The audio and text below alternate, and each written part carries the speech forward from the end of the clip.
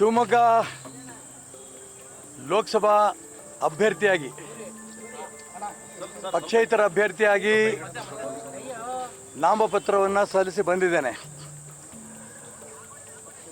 ನಾಮಪತ್ರ ಸಲ್ಲಿಸೋಕ್ಕಿಂತ ಮುಂಚೆ ಶಿವಮೊಗ್ಗ ಲೋಕಸಭಾ ಕ್ಷೇತ್ರದ 8 ವಿಧಾನಸಭಾ ಕ್ಷೇತ್ರಗಳಿಂದ ನನ್ನ ಬೆಂಬಲಿಗರು 25-30 ಸಾವಿರ ಜನ ಮೆರವಣಿಗೆಯಲ್ಲಿ ಬಂದು ನನಗೆ ಆಶೀರ್ವಾದ ಮಾಡಿದ್ದಾರೆ.